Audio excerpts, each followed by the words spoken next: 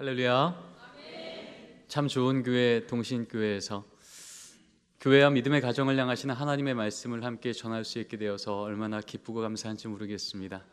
소망키는요, 오늘 선포되어지는 말씀 들고 나아가는 우리 교회, 우리 가정의 걸음걸음마다 오늘 말씀이 하나님의 역사되어지고 우리 가정에 간증되어지는 큰 은혜의 시간 되기를 소망합니다. 최근에 OECD 국가 17개 국가를 대상으로 이러한 조사를 했습니다. 자신의 삶의 가장 중요한 의미가 무엇입니까? 라고 물었습니다. 대부분의 나라는 1위로 가정이라고 답을 했습니다. 미국, 영국, 일본, 독일, 싱가포르. 그런데 우리나라는 좀 다른 대답을 합니다. 뭐였을까요? 우리나라는 재물이었습니다. 좀 당황스럽죠. OECD 국가라고 하면 나름 지금 이 시대에 재정적인 유익과 또 그 영향력을 가장 많이 끼치는 그 나라들인데 어떤 나라도 돈이 제일 중요하다고 말하진 않았습니다.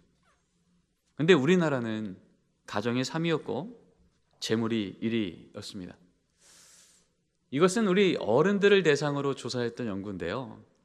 우리 중고등부 아이들을 대상으로 물으면 뭐라 그럴까요? 저는 겨울에 우리 중고등부 아이들 연합집회 말씀을 전하러 간 적이 있습니다. 그야말로 우리 중고등부 아이들이 많이 모여서 예배를 드려서 첫날 저녁, 둘째 날 아침, 둘째 날 저녁쯤 되었습니다. 이제 저녁을 먹고 집회를 드리러 장소로 옮기면서 거기 앉아있던 우리 중고등부 아이들, 밥 먹고 있는 애들한테 물었어요. 얘들아, 오늘 저녁 집회 끝나고 뭐 사주면 좋겠니? 여러분, 애들이 뭐라 그랬을까요? 그렇죠, 피자요, 치킨이요. 뭐 저도 그쯤 생각했습니다. 근데 우리 애들이 거의 이구동성으로 그러는 거예요. 뭐 사줄까? 그랬더니요, 땅이요, 아파트요.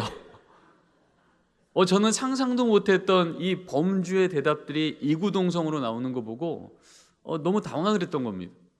분명히 오늘 아침에 집회 때만 해도 주님 한 분만으로 만족하겠다고, 어제 저녁에도 하나님만 구하겠다고 그렇게 찬양했던 아이들인데 밥 먹으면서 물었더니 자기도 모르게 입에서 툭 나온 말은 저 땅만 있으면, 저 아파트만 있으면. 이게 지금 우리 아이들의 현실이었습니다. 게다가 가장 최근에 발표되어진 한국갤럽을 통해 듣게 되었던 우리나라 예수 믿는 부모 세대 15%였습니다. 같은 시기에 우리 중고등부 아이들 복음화율을 확인했더니 3.8%였습니다. 여러분, 3.8%면 우리나라 중고등부 평균이 24.1명이거든요. 그러면 내 자녀, 내 손주 한 명 예수 믿으면 그 반에 예수 믿는 친구가 몇 명 있는 거죠? 아무도 없는 겁니다. 25명에 한 명 예수 믿어야 4%잖아요. 우리 동신교회는 하나님께서 너무 큰 복을 주셔서 우리 다음 세대가 참 많이 교회를 나오며 양육되고 있지만 눈을 조금 더 크게 들면 한국교회 전체로 보면 여러분, 이 아이 한 명이 이번 주 교육위를 포기해요. 어떤 일이 생겨요? 그 반에 예수 믿는 세대가 끊어지는 겁니다. 예배를 드리고 월요일 학교를 가면 하나님, 제가 하나님의 자녀로 살겠습니다 결단하며 이 아이가 학교를 가요. 어떤 일이 생겨요? 다시 예수 믿는 세대가 그 반에 연결되어지는 거예요. 우리 아이들 한 명 한 명이 얼마나 소중한지 모르겠습니다. 지금 이런 상황에서 또 선교학자들이 모여서 컨퍼런스를 합니다. 이런 시대 가운데 복음을 전한다는 것, 어떤 의미일까?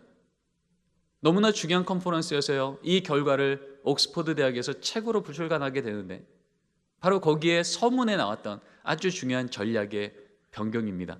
우리 같이 한번 읽을 수 있으면 읽어보겠습니다. 시작. 이전에는 선진국에서 후진국으로, 유럽에서 아시아와 아프리카로의 전략이었으나 지금은 복음을 가진 자가 복음이 없는 자에게, 복음이 있는 곳에서 복음이 없는 곳의 전략으로 바뀌었다. 예전에는 선교라 그러면 다른 나라, 다른 민족, 다른 언어권, 선교사님 판송에서 선교하는 것을 선교라고 생각했어요. 너무 중요하죠. 마땅히 해야 됩니다. 성경적 명령이죠. 우리는 계속해야 되는 게 맞습니다. 그런데요, 그렇게 선교사를 많이 파송하는 이 대한민국의 자녀마저 미전도 종족이 되고 나니 선교는 수평적 선교만 있었던 건 아니구나. 우리에겐 수직적 선교도 있었던 거였구나. 다른 나라, 다른 민족, 다른 언어권만이 아니라 우리 나라, 우리 동네, 우리 집, 우리 애들이요. 그래서 선교라고 하면요, 나한텐 복음이 있어요, 우리 애들한테 없어요. 우리의 복음이 있어요, 이 동네에 복음이 없어요. 복음을 전하는 그 사람이 선교사고요. 복음을 전하는 그곳이 가정이건 동네이건 세상이건 열방이건 선교의 지가 되는 거예요. 하나님, 제가 평생 누렸던 예수의 이름을, 복음의 능력을 우리 자녀 세대, 손주 세대는 끊어져서는 안 되겠습니다. 여러분, 이것을 우리가 진심으로 믿고 기도하고 있다면 우리는 모두 다 이 시대에 수직적 선교사로 부름받은 줄 믿습니다. 우리 옆에 있는 우리 성도님들과 이렇게 한번 권면하기로 합니다. 절 따라해 주실까요? 선교사님, 우리 애들 잘 부탁드립니다. 잊지 마십시오.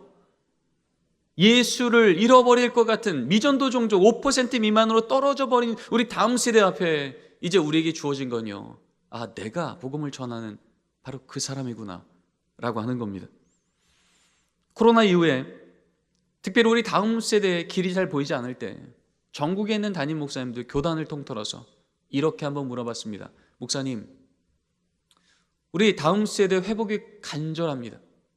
뭐부터 해야지 우리 애들이 좀 회복이 될까요? 교재 바꿔볼까요? 시설 보완해볼까요? 재정 늘려볼까요? 다 맞습니다. 근데 다른 곳과 비할 수 없는 1위가 나오게 되는데 바로 부모 세대를 향한 교육과 훈련이었어요. 왜 담임 목사님은 많은 이유가 있는데 무엇보다 부모님이 말씀 안에서 다시 삶이 갱신되지 않으면 우리 아이들이 교회 오기 힘들다 얘기했을까요? 우리 애들이 이렇게 말했거든요. 얘들아, 너희들 신앙에 가장 큰 영향을 준 요소가 뭐니라고 물었어요. 예수 믿는 중고등부 500명 애들을 대상으로 물었더니 2014년도에는 57%. 저 부모인데요. 2016년도에는 70%. 저 부모인데요. 2021년도에는 87% 애들이요. 저 부모인데요. 우린 생각했어요. 코로나 때문인 줄 알았어요.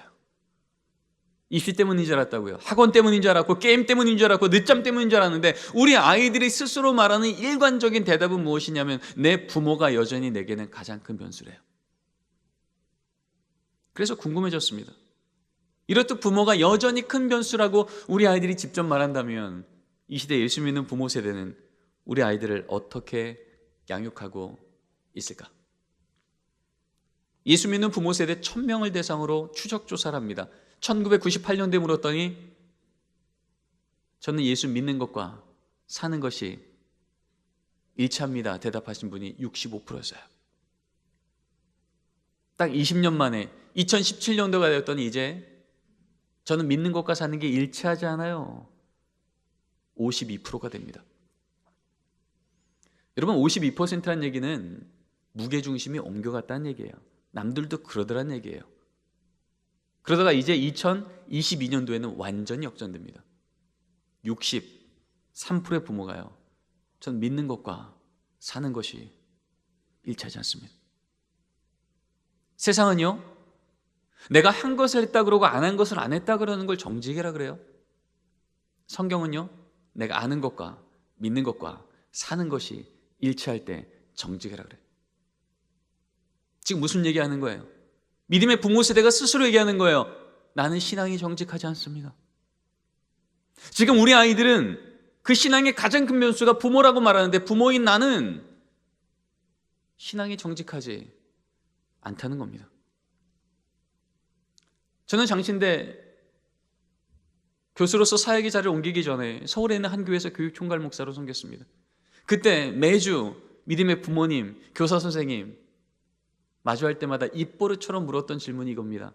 집사님, 권사님, 안수 집사님, 장로님, 그리고 목사님, 개인적으로 회심하셨죠? 혹시 부모로도 회심하셨습니까? 내 자녀의 성적의 문제 앞에서도, 내 자녀의 대학의 문제 앞에서도, 직장과 결혼과 취직의 문제 앞에서도 늘 예수가 주인 맞으십니까? 복음서에도요, 사도행전에도요, 2000년 전부터 우리 그리스도인들은 뭐라고 적혀있냐면 그들은 복음의 증인이라. 이것이 우리의 이름이었습니다. 여러분, 이 증인이라고 하는 헬라어 마르투스란 단어는 순교자라고 하는 단어 마틀 이란 단어와 어원이 똑같은 단어입니다. 한마디로 내 인생의 주인은 예수라고 말하는데 세상이 다른 얘기예요. 목숨 걸었다는 겁니다.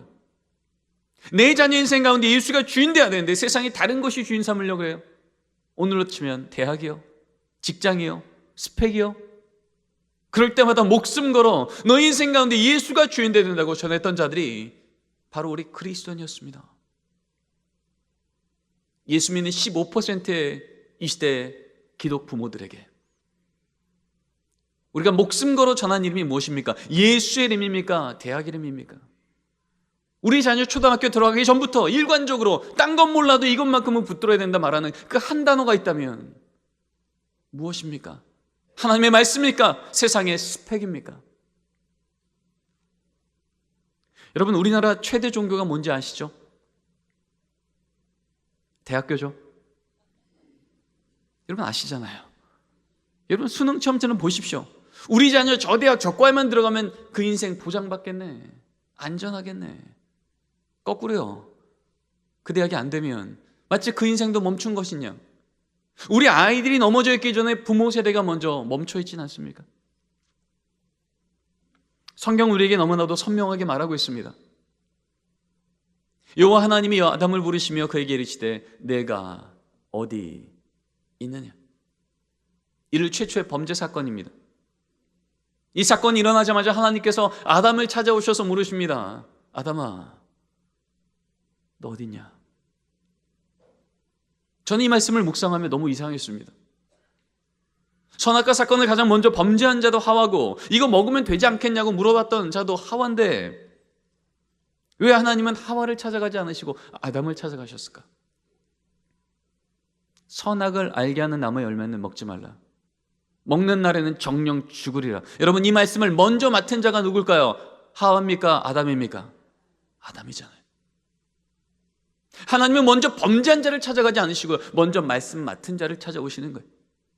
하나님의 말씀을 먼저 맡은 것은 큰 은혜이지만 동시에 큰 책임이기도 한 겁니다. 이 영적 원리는 이제 성경 시작부터 끝까지 일관적으로 말씀을 맡긴 자에게 물으시는 하나님의 질문입니다. 지금 우리 다음 세대가 미전도종적으로 바닥치고 있다면 우리 하나님 누굴 찾아가실까요? 다음 세대 찾아가셔서 너희들 어디 있니라고 묻겠습니까? 먼저 말씀 맡은 이 부모 세대를 찾아오셔서 너희 자녀가 지금 어디 있냐고 묻겠습니까? 오늘 우리에게 주신 말씀입니다. 같이 한번 읽겠습니다. 시작. 마땅히 행할 길을 아이에게 가르치라. 그리하면 늙어도 그것을 떠나지 아니하리라. 마땅히 행할 것을 아이한테 가르치랍니다. 그러면 늙어도 안 떠난답니다. 왜 우리 다음 세대 아이들이 교회를 떠날까요? 안 가르치니까 떠나는 거 아니겠습니까? 여기서 말하는 이 길을 가르친다는 이 단어가 어떤 성경적인 지식과 교리적인 내용들을 잘 전달해줘라, 이런 의미겠습니까? 히브리 원어로 들어가면 여기서 말하는 길을 가르치란 이 단어는 이렇게 해석이 됩니다. 삶의 방식을 보여주라. 어떤 삶의 방식이요? 하나님을 알지 못하는 부모 세대를 통해서는 볼 수 없는, 하나님을 아는 부모 세대를 통해서만 구별돼서 볼 수 있는 삶의 방식이요. 위기가 오면 나도 모르게 무릎 꿇어 기도하는 걸 자녀에게 보이고, 감사한 일이 생기면 너 똑똑하다, 너 잘했다, 아이를 칭찬하기 앞서서 너에게 지혜 주신 하나님, 너를 인도하시는 하나님을 찬양하자. 가족에 모여 하나님을 찬양하는 찬송 소리가 문지방을 넘어가는 가정이요. 그렇게 무릎 꿇고 기도했더니 하나님이 아니고 설명할 수 없는 기적 같은 사건이 우리 가정 가운데 또 임할 때 이 자녀에게 하나님은 귀로 듣던 교리 하나님이 아니라 오늘도 내 눈으로 보았다고 고백하는 살아있는 하나님이 될 줄 믿습니다. 바로 이때 우리 자녀는요, 내 삶에 위기가 오면 나도 모르게 무릎 꿇어 기도하는 청년 세대가 되며 그 자녀의 삶 아무리 하나님께서 복에 복을 주셔도 그게 우상되지 않을 걸 믿으시기에 더욱더 큰 영광의 하나님의 영광의 찬송의 인생으로 우리 자녀 세대를 일으키심이 우리 하나님의 뜻인 줄 믿습니다. 그래서 성경은 우리에게 말합니다. 앉았을 때든지 일어날 때든지 길을 갈 때든지 무슨 얘기예요? 힘들 때나 평안할 때나 즐거울 때나 언제나 하나님을 믿는 부모 세대는 어떻게 사는 것인지 삶의 방식을 그들에게 보여주면 그 말씀대로 순종한 그 걸음 뒤에 하나님은 언약대로 그 자녀 세대를 하나님의 능력만큼 복된 인생으로 이끌어 가실 줄 믿습니다. 2000년 교회사는 우리에게 그것을 증언하고 있습니다. 초대교회죠. 성 크리소스톰, 알렉산드레 클라멘, 성 어거스틴. 우리 들어보셨을 만한 초대교회 교부들입니다. 말씀의 리더들입니다. 그들이 공통적으로 얘기하는 거예요. 믿음의 가정마다 거룩한 이래가 거기 있었다고요. 여러분, 초대교회 때는 예수 믿는 건 곧 손해였고 죽음이었습니다. 그래서 학자들을 통해서 우리가 듣는 건 초대교회 때 우리 그리스도인들의 또 다른 이름은 예비 사형수다라는 이름을 가졌잖아요. 그런 시대에도 불구하고 여러분, 그 소수의 기독교인들이 천년 로마를 무너뜨렸던 바로 그 유일한 하나님의 놀라운 역사의 뿌리를 가보면 거기에 뭐가 있냐면 예수 믿는 가정마다 거룩한 이래가 거기 있었답니다. 거룩한 이래요. 구별된 삶의 패턴이요. 정기적으로 가족이 모여 하나님 말씀을 읽으며 기도하며 찬양하며 세상은 로마의 황제가 왕이라고 말할 그때 우리 가정의 왕은 오직 예수 그리스도라고. 세상이 아무리 흔들어도 그 세상을 주관하는 하나님이 우리 가정의 주인됨을 고백하는 그 자리에서 하나님은 그들을 통하여 로마를 무너뜨리시고 그 땅에 주님의 몸된 교회를 세우신 줄 믿습니다. 500년 전입니다. 종교개혁이죠. 오직 하나님 말씀만으로 다시 교회가 갱신됐던 그때 마틴 루터, 존 켈빈, 지빙글리, 우리가 알고 있는 종교개혁자들입니다. 담임 목사님이셨다고요. 근데 그들이 공통적으로 목회 서신서를 이제 지역으로 보냅니다. 이렇게 목회하셔야 됩니다. 가르치는 그 편지를 보면 거기에 공통적으로 적힌 한 문장이 있습니다. 그것은 바로 가정은 작은 교회임을 가르치라는 거예요. 여러분, 교회는요, 아무리 많이 모이고 아무리 자주 모여도요, 예배라는 사건이 멈추면 그때부터 교회 아닙니다. 종교 집단일지 몰라도 교회는 아니라고요. 우리 가정이 작은 교회라고 말하는 건 무슨 얘기냐? 우리 가정에 아무리 성경책 짜여 있고 문패 규패가 붙어 있어도요, 우리 가정에 모여 하나님, 우리 가정의 주인은 하나님이셔서 우리 가정은 오늘도 안전합니다. 감사합니다. 여러분이 정기적인 고백이 멈추면 예수 믿는 가정이 아닐 수도 있겠다. 이게 종교개혁 때 가르침이었습니다. 100년이 지납니다. 정교도 시대죠. 이때는 아예 교단에서 총회법으로 가정예배에 대해서 이렇게 가르칩니다. 이건 같이 한번 읽어볼까요? 가정예배를 시행하는, 시작. 가정예배를 시행하지 않는 가정에는 먼저는 사적으로 권면하고, 둘째는 당회가 책망하며, 셋째는 수찬정지까지 명하는 것으로 한다. 오직 하나님 말씀만으로 교회를 세우고 다음 세대를 세웠던 청교도 시대, 이 땅 가운데 장로교회가 처음으로 국교가 되어지고 실현되었던 바로 그 스코틀랜드의 헌법서와 치리서에는 이런 문장이 적혀 있는 거예요. 주일날 예배 드리려고 교인들이 모이면 이것부터 질문하래요. 지난 한 주간 가정 예배를 게을리 했던 부모님들이 있다면 그 자리에서 일어나세요. 예배 전에 물어보랍니다. 일어나겠죠. 그러면 그 다음에 이렇게 적혀 있습니다. 그렇게 일어난 부모님들은 그날 서서 예배 드리길 명령하십시오. 그러면 서서 예배 드리겠죠. 그런데 그렇게 서서 예배 드리기를 한 주, 두 주가 아니라 계속 반복하게 되면 그 다음에 나오는 문장이 이 문장입니다. 먼저는 사적으로 권면하고, 정말 안 들으실 겁니까? 둘째는 당회가 책망하며, 당회로 소환해서 확인하라는 겁니다. 정말 안 들으실 겁니까? 그래도 안 들으면 수찬정제를 명하랍니다. 여러분, 수찬정제가 뭔지 아시죠? 예, 성만찬 주지 말라는 거예요. 청교도 시대 때는 매주 성만찬을 집리했잖아요. 그래서 성만찬 참여하려면 성만찬 토큰을 받았어야 됐거든요. 이거는 그 교회 멤버십이 있는 교인에게만 줬습니다. 그러니까 성만찬을 참여한다는 건 무슨 의미냐 하면 우리 교회 교인이라는 공적 선언과 같았던, 근데 그거를 주지 말라는 거예요. 무슨 얘기예요? 어떤 잘못을 해도 그것 때문에 우리 교회 교인이 아니오라고 말할 수는 없지만 적어도 가정 예배를 지속적으로 멈춰 있어요. 그러면 그거 회복할 때까지 우리 교회 교인일 수 없겠다. 이것이 청교도 시대 때에 말씀만으로 목회했던 바로 그 자리에서의 기록들입니다. 스코틀랜드 장로교 가정예배 규칙서를 보면 이러한 문장이 적혀 있습니다. 가족의 통상적인 의미는 한 자리에 모여 가정예배를 드리는 것이다. 우리는 무신론자들과 경건치 못한 자들의 조롱에도 불구하고 생업이나 그 외의 사유 때문에 가정예배를 뒤로 미루지 말고 성실하게 드려야 한다. 여러분, 이 말이 여기에 적혀 있다는 얘기는 무슨 얘기일까요?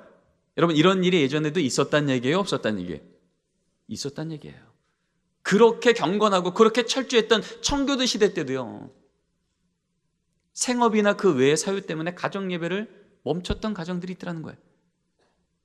근데 이것은 성경의 명령이기에, 선택사항이 아니라 순종사항이었기에 그들은 이것을 이제 가정예배 규칙서에 넣고 치의 대상으로 삼았던 겁니다. 한국교회는 이러한 신앙의 전통과 가르침을 잘 배웠던 나라예요. 왜요? 이 청교도인들이 미국을 가서 미국교회를 세우고 바로 그 미국에서 140년 전에 선교사를 파송하여 우리나라에 복음을 전했기에 우리는 선교 초기 때부터 이것을 잘 배웠던 나라입니다. 우리나라 최초의 장로교 헌법서 초안에 바로 이러한 글이 적혀 있습니다. 같이 한번 읽겠습니다. 시작.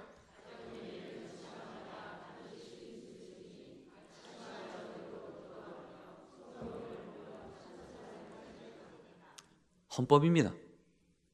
헌법은 선택사항이 아닌 거예요. 적어도 우리 교회가 조선 예수교 장로교에 속한 교회라면, 적어도 우리 가정 가운데 예수 믿는 부모 세대가 한 분이라도 세워져 있다면 가정 예배는 집안마다 가급적 힘쓸 지는 아니에요. 반드시 힘쓸 지는. 이것이 우리가 하나님 말씀만으로 교회를 세워지고 그 어려운 일제시대에서도 핍박 중에도 믿음을 지켜내며 다음 세대를 강력하게 세워갔던 바로 그 뿌리였던 겁니다. 이 말씀의 관점에서 오늘 주신 말씀을 다시 한번 우리가 기억하기로 합니다. 오늘 읽었던 이 말씀은 여러분 너무나 잘 아시는 말씀이에요. 하나님께서 메소포타미아 땅에 있었던, 갈대우르에 있었던 아브라함을 부르십니다. 그리고 말씀하시죠. 아브라함아, 내가 너를 통하여 큰 민족이 이룰게. 내가 믿음의 조상인 너를 세우고 너의 자녀들을 믿음의 명문가문 세울게라고 말씀하시며 내가 내게 지시할 땅으로 가거라. 그래서 지금 그 걸음을 가고 있는 중에 아직 그 가나안 땅에 정착하기 전입니다. 근데 성경은 뭐라고 말하냐면 바로 그 걸음을 가는 두 가정이 있는데 한 가정은 아브라함 가정이요, 한 가정은 롯의 가정인데 아브라함 가정에는 여호와의 이름을 부르는 제단, 가정 예배가 있었고 롯의 가정에는 양과 소와 장막이 있더랍니다. 여러분, 족장시대 때 친족 아비집을 버리고 다른 곳을 간다는 얘기는요, 목숨 걸었다는 얘기예요. 나름 믿음이 있었다는 얘기예요. 근데 왜 아브라함 가정에는 가정 예배가 있었는데 롯의 가정에는 없었을까요? 혹시 이런 건 아닐까요? 하나님 말씀하신 대로 주님께서 말씀하신 저 땅까지 가면 우리 가정 복 줄 거 맞죠? 아무리 머리로 동의하고 있을지라도 당장 오늘 하루 내 눈앞에 보이는 양 챙기느라, 소 챙기느라, 장막 챙기느라 가족이 모여 여호와의 이름을 부를 여유가 없었던 가정, 가족이 모여 여호와의 이름을 부를 우선순위가 무너졌던 그 가정, 어떤 일이 생겨요? 소돔 땅이라고 하는, 세상적으로 볼 때 매력적이 보이는 땅이 딱 나타나니까 여기 사람 많네, 직장 많네, 우리 집에 있는 양소 장막 잘 챙겨 들어가면 살만하겠어. 아, 이게 하나님이 얘기했던 복받는 인생이구나.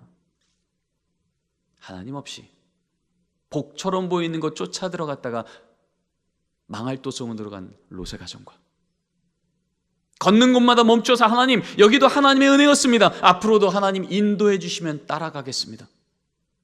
늘 예배를 세우고 하나님을 기억했던 아브라함 가정에, 롯의 가정은 소돔 땅을 들어갔고 아브라함은 가나안 땅을 들어갔다고 성경은 증언합니다.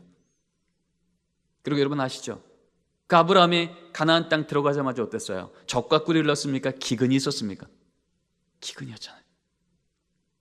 그 땅이 적과 꿀려서가 아니라, 그 대학이, 그 직장이, 그 연봉이 많아서가 아니라 기근의 땅마저도 하나님, 복의 근원이신 하나님을 늘 모시고 살았더니 그 하나님께서 그 재정을, 그 건강을, 그 상황을, 그 모든 것을 하나님이 늘 동행하사 부어주신 것이 믿음의 명문가문 세우시는 하나님의 방법인 줄 믿습니다. 성경은 너무나도 일관적으로 하나님께서 복 주시는 가정, 복 주시는 민족을 세울 때마다 하나님 믿음의 가정 안에서 가정 예배를 명령하셨습니다. 권면이 아니었고요, 명령하셨습니다.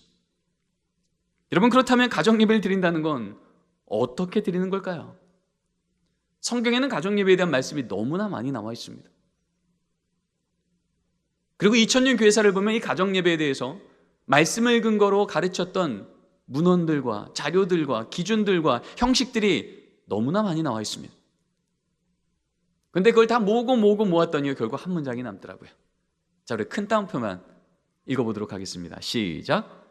가족이 함께 하나님을 기억하고 감사하는 것. 어렵지 않으시죠? 세 단어만 기억하시면 됩니다. 가족에 모이고요, 하나님 기억하고요, 감사하시면 됩니다. 그럼에도 불구하고 많은 분들이 얘기합니다. 아니, 목사님 알겠는데요, 아니, 우리 집은 요거 바뀌기 전에 못 드립니다. 나름대로 걸림돌이 있더라는 거죠. 근데 하나님께서 이건 선택이 아니라 순종이라고 말씀하셔서 하나님, 여전히 상황은 안 되지만 한번 가볼게요 라고 우리가 고백할 때 우리 하나님 그 걸림돌처럼 보였던 그 상황을 디딤돌로 바꾸어내시는 역전의 하나님을 경험하게 하실 줄 믿습니다. 자, 그러면 가정 예배를 드린다는 것은 어떤 의미일까? 오늘 주신 말씀을 기준으로 우리 세 가지만 함께 배워보도록 하겠습니다. 첫 번째 기준인데요, 같이 한번 읽겠습니다. 시작. 가정 예배는 형식이 아니라 사건입니다. 많은 분들이요, 가정 예배 드리세요 그러면 어떤 어려움이 있냐면, 아니, 우리 아이들이 잘 안 앉아 있으니까, 딴짓하니까, 힘들어하니까, 결석하니까 예배 드리려면 제대로 드려야지 라고 하는 이 생각이 우리에게 너무 많은 거예요. 근데 여러분, 우리의 기준은 늘 성경이죠. 여러분, 아까 읽었던 말씀 한번 보십시오. 아브라함 가정이 30분 예배 드렸다, 안 떠들고 예배 드렸다, 옷 갈아입고 예배 드렸다. 여러분, 이런 말이 있을까요, 없을까요? 언급조차 없어요. 성경에 하나님께서 가정 예배를 기뻐 받으셨다 말할 때마다 하나님은요, 형식에는 거의 관심이 없으세요. 늘 사건에 관심이 있으세요. 어떤 사건이요? 가족이 모이고 하나님 기억하고 감사하는 사건이요. 저희 집은 16년째 가정 예배를 매일 드리고 있어요. 몇 년 전부터는 하루에 2번씩 드리고 있어요. 그럼에도 불구하고 저희 집은요, 가정 예배 드릴 때 이 형식은요, 전 지금도 적응이 안 됩니다. 분명히 눈은 천장을 보는데 손은 바닥을 쓸고 허리는 거의 연체동물에 입은 끊임없이 떠드세요. 엊그제도 가정 예배 드릴 때 안 빠졌던 멘트가 이런 거죠. 누나, 왜 눈 떴어? 너 왜 떴어? 여러분, 우리 아이들이 유치원 때부터 거의 빠지지 않고 신실히 고백했던 이 멘트입니다. 여러분, 그럴 때마다 제가 너희들 언제쯤 예배 제대로 드릴래? 라고 지적을 했다고 한번 생각해 볼까요? 여러분, 제가 지적하는 그 순간 그 자리가 뭐가 될까요? 예배 시간입니까? 도덕 시간입니까? 도덕 시간 되네. 도덕 시간 딱 두 부류밖에 없어요. 지적하는 부모와 지적받는 아이들이요, 거긴 예배자는 보이지 않습니다. 여러분, 예배는요, 하나님의 은혜를 기억하고 응답하는 게 예배잖아요. 여러분, 우리 자녀가 이 기준에 맞춰서 앉아있는가, 안 떠드는가, 똑바로 있는가, 여러분, 이거 점검하는 게 예배가 아니라고요. 여러분, 그런 의미에서 가정 예배를 안 드리면 7일까지 했었던 청교도 시대 때요, 그때 가정 예배에 대해서 정의가 헌법서에 이렇게 나옵니다. 가족이 모여 성경 한 구절만 읽어도 이미 가정 예배 드린 겁니다. 성경 한 구절 읽고 기도하고 찬송까지 했습니까? 가정 예배 더 잘 드린 겁니다. 여러분, 얼굴이 활짝 피셨어요. 여러분, 말씀만으로 그렇게 철저해서 청교도 시대 때요, 그 스코틀랜드의 언약도라고 불렸던 그 철저했던 그들이 가정 예배에 대해서 정의한 걸 보면요, 가족이 모여서 말씀 한 구절만 읽어도 이미 가정 예배 드린 거라고. 왜요? 가정 예배 핵심은 아이들이 똑바로 앉아 있는 게 아니라 오늘도 하나님의 완전한 말씀 우리 가족이 함께 읽고 그 말씀에 하나님이 우리 가정과 함께 한다면 우리 가정 소망이 있겠다. 역전의 하나님, 능력의 하나님, 회복의 하나님, 동행하는 하나님은 오늘도 가족이 모여 하나님 없는 것처럼 보이는 세상 속에서 살지라도 그 하나님 붙들고 살아가기를 결단하는 순간 우리 하나님 그 말씀과 고백으로 영광 받으실 줄 믿습니다. 여러분, 성경은 너무나도 선명하게 말합니다. 주의 이름으로 두세 사람만 모여도 주님이 거기 어떻게 하신다고요? 함께 하신다고요. 믿으십니까? 주의 이름으로 두세 사람이 모이는 자리가 어딜까요? 가정예배죠. 근데 우리의 늘 관심은 그거죠. 안 떠들어야 되고 똑바로 앉아야 되고 결속하지 말아야 되고. 근데 여러분, 성경에 그런 말이 적혀 있습니까? 안 떠드는 가족 두세 사람, 똑바로 예배드리는 두세 사람. 아니에요. 성경은 어떤 모습은 상관없어요. 왜요? 아무리 우리 자녀가 결핍되어 있을지라도 메말라 있을지라도 은혜가 충만한 하나님이 거기 함께 하시면 그 메마른 땅이 옥된 땅으로 바꿀 줄 믿습니다. 그러기에 우리의 모습과 상관없이 우리의 모습을 늘 바꿔내시는 그 하나님이 임재하시는 자리가 예배가 되는 거예요. 한 번은 제 연구실에 기자님이 오셨어요. 가정예배 관련돼서 특집을 좀 한다고요. 그래서 가정예배 인터뷰를 좀 하는데 한참 하던 중에 저희 집에 매일 예배를 드린다니까 그날 저녁에 촬영팀이랑 저희 집 가정예배 촬영하러 오시겠다는 거예요. 제가 얘기했죠. 절대 오지 마세요. 우리들 늘 누워 계십니다. 그랬더니 그분이 그러면 사진이라도 몇 컷 찍어달래요. 그래서 알겠습니다. 뭐 찍겠지만 별 도움은 안 될 겁니다. 그러고 나서 이제 우리 애들한테 얘기했죠. 그때 우리 애들이 어렸을 텐데, 얘들아, 오늘 가정예배 드릴 때 사진을 찍으면 혹시나 기독교 방송에 뉴스 자료화면에 나올 수 있대. 그리고 찍었던 사진이 이 사진입니다. 성령 충만한 얼굴이에요. 저는 이 사진 찍고 깜짝 놀랐어요. 이날까지 이렇게 찬양한 적이 한 번도 없었거든요. 늘 누워 계셨거든요. 근데 사진 한번 찍겠다는 얘기에 가슴에 손을 모으시고 눈을 감으시고 손을 올리시고 시키지도 않은 율동을 하기 시작하고, 말씀 읽을 때 찍은 사진이 이 다음 사진입니다. 얼굴에 노나운 미소와 허리는 꼿꼿이 펴고 성경을 뚫어지게 쳐다보는 집중력이요. 예배 끝날 때까지 요동치 않으시는 거예요. 분명히 말씀만 읽으면 이마가 땅에 붙으셔서 떼굴떼굴 구르시던 분들인데 이날은 이러고 말씀 들으시는 거죠. 제가 이날 예배 끝나고 잠을 자려는데 잠이 안 오는 거예요. 도대체 우리 애들은 이렇게 어린애들이 위선적일까? 이거 다 조작인데 이거 사진 보내면 절대 안 되겠다. 제가 너무 마음이 불편해서 뒤척뒤척 했는데 하나님이 제 마음속에 이런 깨달음을 주셨어요. 그랬구나. 난 오늘도 또 까먹었네 싶어 또 지적하고 또 혼내고 싶었는데 아니었네. 다 알고 있었네. 말씀 저렇게 들어야 된다는 거, 찬양 저렇게 해야 된다는 거 까먹어서가 아니라 미성숙해서 못했던 거였구나. 철을 따라 열매 맺으시는 하나님, 시편 1편 3절 말씀을 제 마음에 선명하게 기억나게 하십니다. 오늘도 이 부모는 우리 자녀가 가을의 계절이길 기대한 거죠. 열매가 풍성하고 입에서 나오는 말들마다 어디 가서 간증하고 싶은 그런 자녀를 기대했는데 우리 자녀의 계절은 뭐예요? 가을이에요? 봄이에요? 완전 초봄. 씨앗은 심어졌는데 오늘도 그 밑에서 싹은 나는데 뿌리는 내려가는데 땅 위로 아무것도 안 보이는 거예요. 그러나 우리는 믿는 거죠. 주의 이름으로 모이면 주님 함께 하셔서 말씀의 씨앗을 그냥 두지 않으시고 오늘도 내 눈에 보이지 않지만 그 땅 밑에서 싹이 나게 하시고 뿌리가 내리게 하시사 하나님이 길러내실 줄 믿습니다. 그래서 우리는 멈추지 않고 오늘도요, 우리 아이들과 함께 그 가정예배 자리를 버티며 지키며 물 주며 햇볕 주는 거예요. 눈에는 안 보이죠. 이렇게 주는 게 무슨 변화가 있을까? 그런데 성경은 언약합니다. 철을 따라 열매를 맺으신다고요. 아무것도 안 보이던 그 땅에 계절이 바뀌면요, 거기서 이제 줄기가 올라오고 거기에서 열매가 맺히며 하나님의 이 땅의 생명의 역사를 보게 하시는 거예요. 여러분 기억하십시오. 가정예배는요, 내가 원하는 형식을 아이들에게 만들어내는 플레잉이 아니고요, 프레잉이에요. 흉내내는 게 아니고요, 있는 모습 그대로 주 앞에 나갈 때 우리 주님, 우리 자녀가 부족한 모습이 보이면 보일수록 지적할 이유가 아니라 기도할 이유가 돼요. 하나님, 이게 우리 자녀의 현실입니다. 하나님, 오늘도 하루만큼 언약하신 대로 은혜 비 덮어주시고 말씀의 씨앗을 뿌려 주시옵소서. 두 번째 메시지입니다. 같이 한번 읽겠습니다. 시작.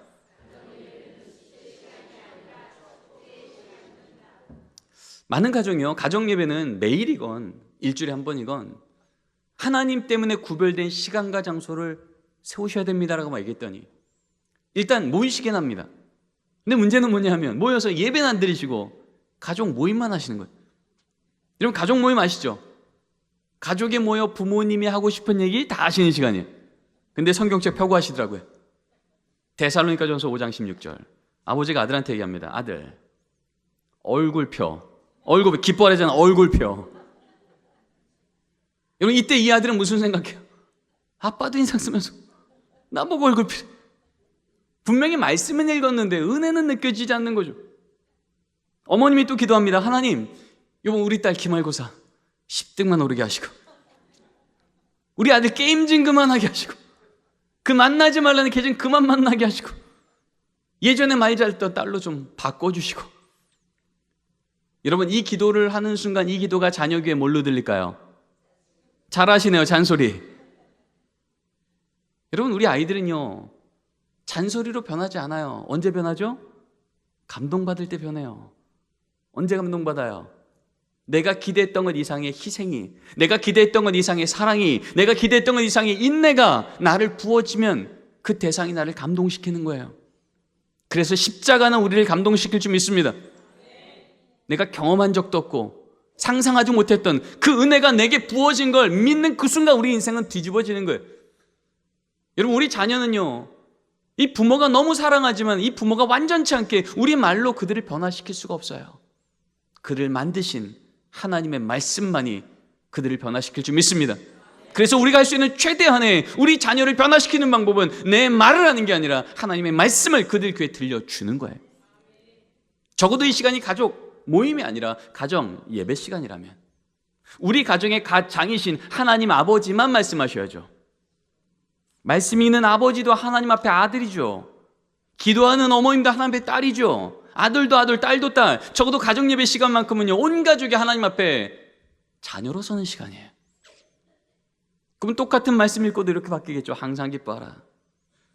그리고 아버지가 아들한테 얘기합니다. 아들, 항상 기뻐하라는 말씀을 내가 듣고 나니 네가 건강한 것만으로도, 네가 주일 성수 지키는 것만으로 기뻐하지 못했던 아빠가 부끄럽구나. 아빠가 오늘 말씀대로 항상 기뻐할 수 있도록 노력해야겠다. 넌 좀 어떠니? 여러분 이때 이 아들이 무슨 생각해요? 오, 고수인데 그러겠습니까? 아니죠. 이거 괜찮네. 도대체 안 바뀔 것 같은 아버지도 성경 한 구절 앞에서 바뀌시네? 내 인생 좀 바뀌었으면 좋겠는데 나도 아버지처럼 말씀 한 구절 제대로 만나 내 인생 좀 바뀌었으면 좋겠다. 이런 말씀 있는 게 무엇인지 그 자리에서 배우지 않겠습니까? 지적받아 변하지 않고요 변하는 아버지를 보고 감동받지 않겠냐고요. 어머님이 또 기도합니다. 하나님, 오늘 우리 집안에 또 어려운 일이 생겼습니다. 어려운 일이 생긴 걸 아심에도 불구하고 오늘 말씀에 기뻐하라 하셨사오니 이 어려운 이 사건이 간증거리로 바뀌는 그날까지 이 여종의 입술에 파수꾼 세워주시고 그 걸음 인도하신 동안 주님 손 꼭 붙들 수 있도록 믿음의 힘을 더하여 주시옵소서. 여러분 이렇게 기도하는 순간 이 딸이 무슨 생각해요? 이쯤이면 우리 엄마도 하나님 원망할 줄 알았는데, 실망해서 못 일어날 줄 알았는데 여기 진짜 신앙의 거인이 앉아있네. 나도 우리 엄마처럼 예수님 제대로 만나 어떤 상황에도 흔들리지 않는 안전한 인생 살고 싶다. 나도 돈 때문에, 외모 때문에, 성적 때문에 내 인생 흔들려 너무 괴로웠는데 나도 우리 엄마처럼 예수님 제대로 만나 어떤 상황에도 유동하지 않는 안전하고 멋진 인생 살고 싶다. 여러분 기도가 뭔지를 거기서 배우지 않겠습니까? 적어도 지금 이 시간에 말씀을 듣고 양육받고 있는 여러분들은요 우리 자녀의 삶 속에 위기가 오면 새벽기도 나와 엎드리고 금요철에 나와 엎드리고 하나님, 이 인생을 하나님께서 붙드셔야 됩니다. 우린 간절히 상황이 어려워도 주의 말씀 붙들며 약할 때 강함 되실 것을 믿고 기도합니다. 문제는 뭐예요? 그렇게 기도하고 새벽기도 끝나고 집으로 가서 아침밥 먹을 때 우리 자녀랑 뭐라 그래요? 근데 너 성적은? 근데 너 대학은? 근데 너 취직은? 이 자녀가 이 새벽에 부모가 어떻게 믿음으로 기도했는지 들어본 적이 없는 거예요. 그러니 이 자녀도 내 인생을 놓고 어떻게 기도할 줄을 모르는 거죠. 여러분, 그래서 성경은 말하는 거예요. 앉았을 때든지 일어날 때든지 힘들 때든지 기쁠 때든지 우리 자녀 귀에 하나님을 먼저 만난 자가 위기 때 어떻게 기도하며 감사할 때 어떻게 응답하며 일상일 때 어떻게 살아내야 되는지 그들의 귀에 들리고 삶의 등으로 보이라는 거예요. 여러분, 믿음은 어디서 나죠? 들음에서 나잖아요. 우리 자녀에게 그 말씀을 들려주며 그 기도를 들려줄 때 여러분, 그 기도가 그 자녀가 위기가 왔을 때 나도 모르게 내 입에서 나오는 믿음의 기도가 될 줄 믿습니다. 가정예배는 그런 자리인 거예요. 이것이 세워졌을 때 초대교회 때도 세상에 그들을 무너뜨릴 수 없었고, 종교개혁 때도, 청교도 시대 때도요. 마지막입니다. 같이 한번 읽겠습니다. 시작.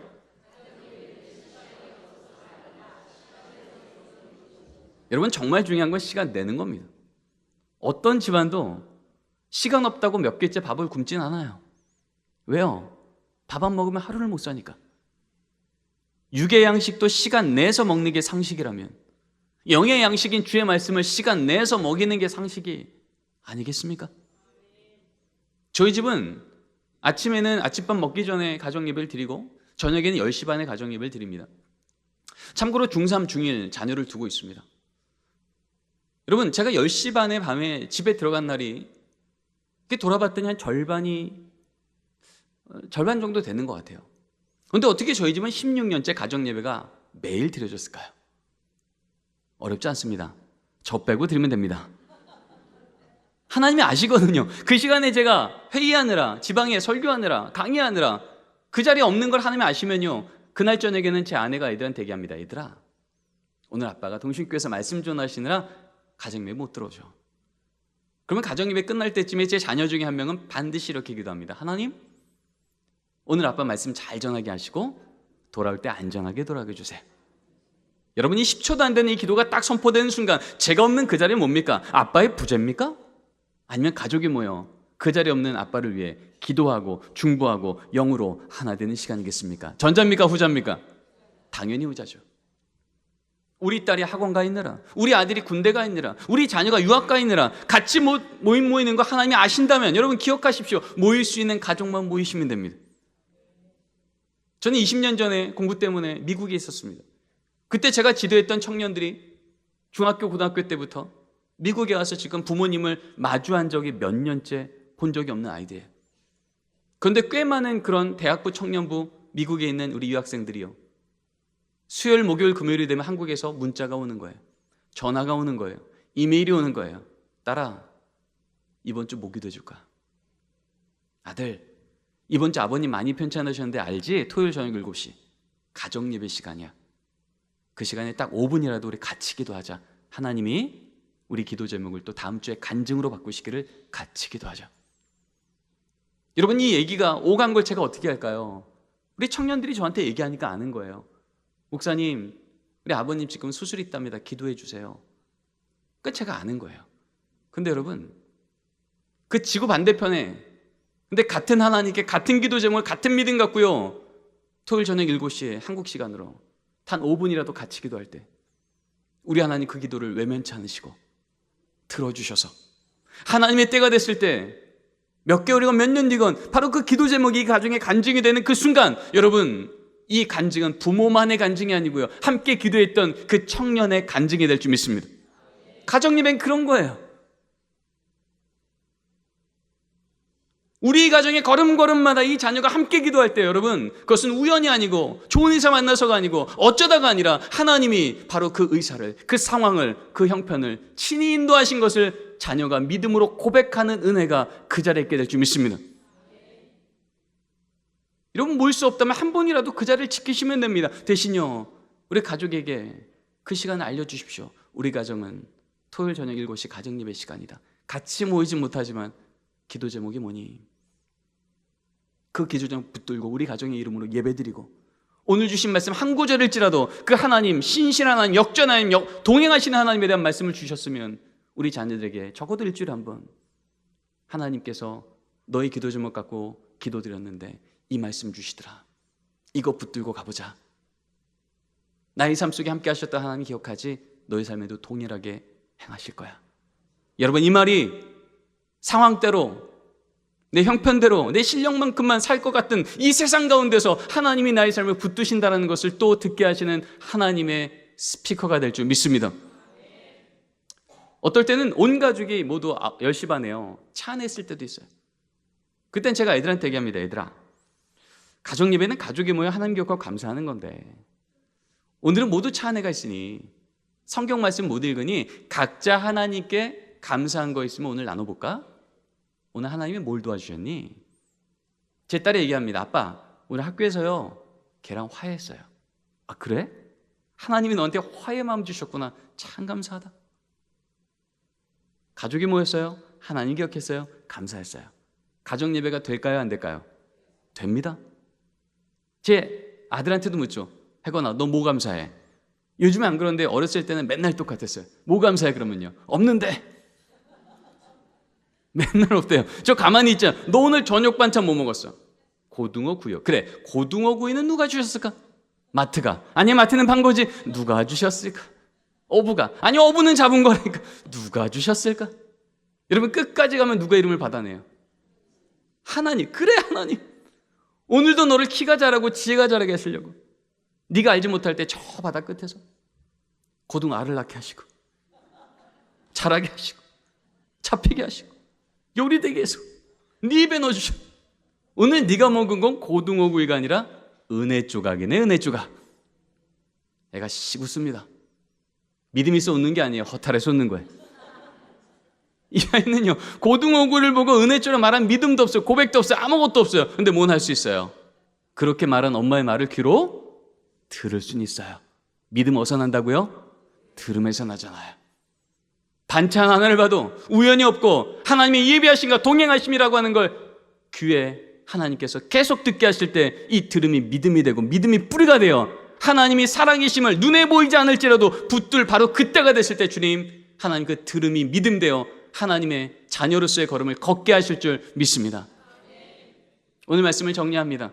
여러분, 가족 예배는요 형식이 아니라 사건이고요, 가족 모임이 아니라 가족 예배이고요, 시간 있어서가 아니라 시간 내서 드리는 겁니다.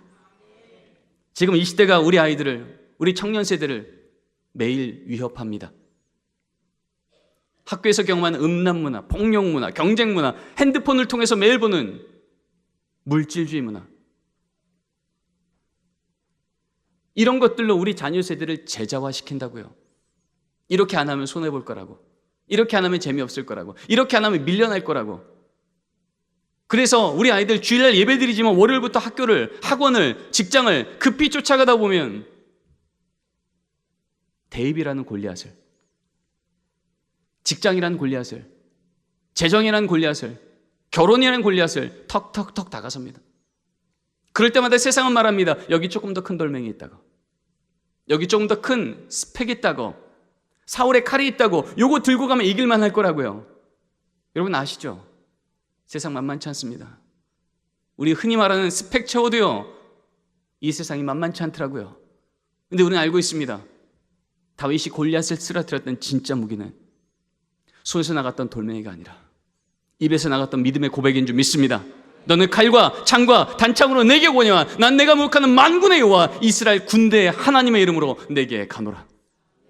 진짜 우리 부모 세대가 우리 자녀 세대 손에 쥐어줘야 될 진짜 무기는요 더 큰 돌멩이가 아니고요, 아무리 작은 돌멩이일지라도 골리앗보다 능히 크신 하나님이 나와 함께 하시면 골리앗은 쓰러진다는 믿음의 돌을 쥐어줘야 될 줄 믿습니다. 이 돌은 어쩌다 우연히 세워지는 게 아니라 하나님 말씀대로 순종하는 바로 그 자리에서 하나님 철을 따라 열매 맺으며 마침내 하나님의 믿음의 용장들로 우리 자녀 세대를 일으켜 주실 줄 믿습니다.